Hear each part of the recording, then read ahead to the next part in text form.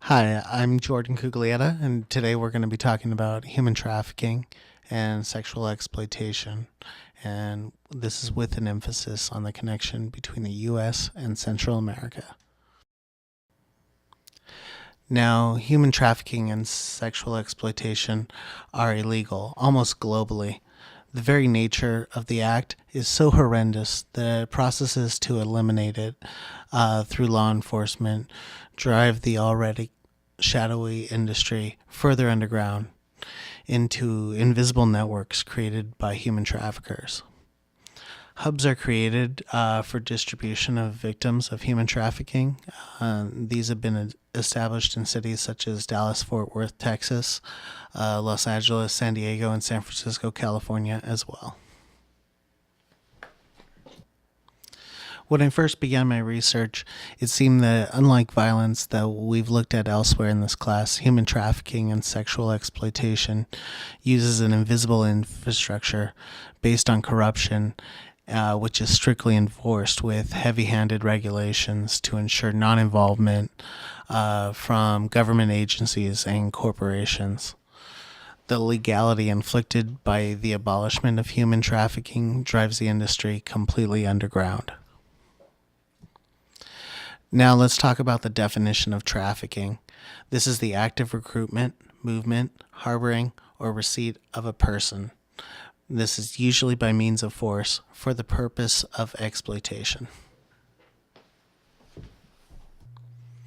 We move on now to the definition of sexual exploitation.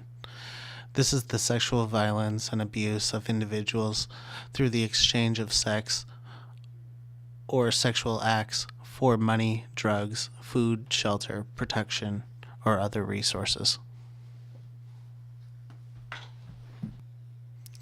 Trafficking victims are guarded closely by their captors.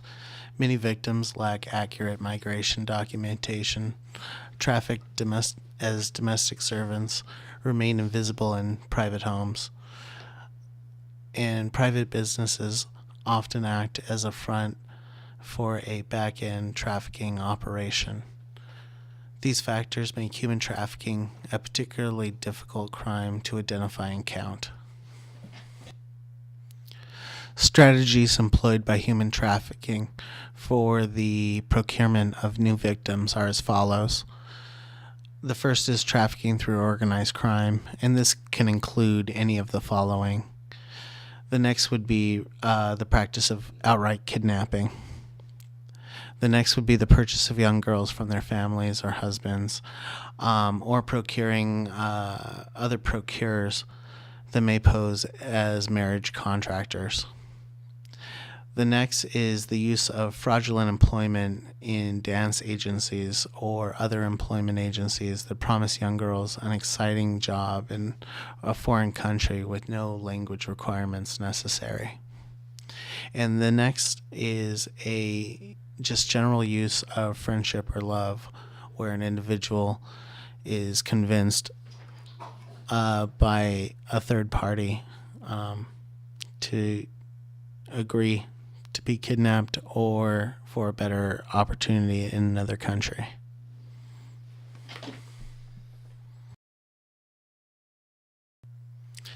Next, we ask ourselves, who are the actual victims of human trafficking and sexual exploitation? And the truth is, roughly 70% of all victims are female.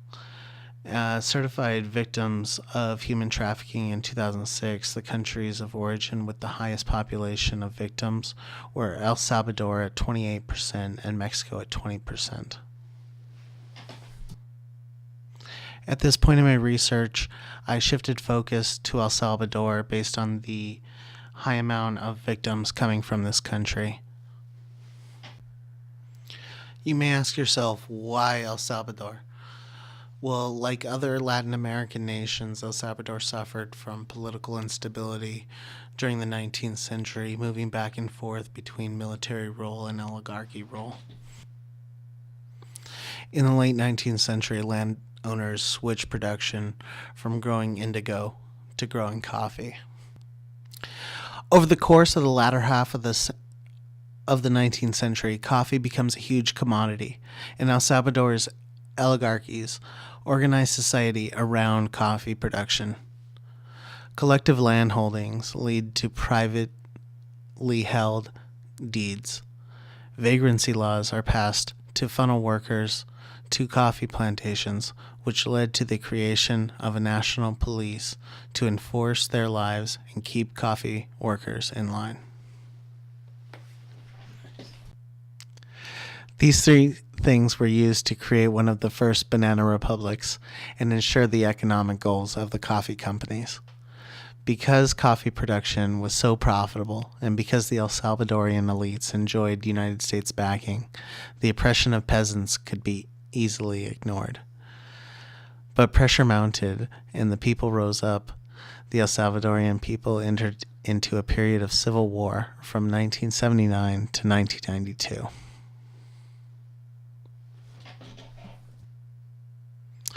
The Civil War disabled an already shaken nation, leaving behind veterans on both sides after the end of hostilities. The lasting effects of violence of 1979 in El Salvador made a country ripe for human traffickers. This included many people missing already, an unstable government unable to enforce human trafficking laws, debilitating poverty, and a population exposed previously to sexual abuse. From this logic, I was able to deduce this flowchart to better organize my thoughts for this paper. At the top here, we have human trafficking, our base problem.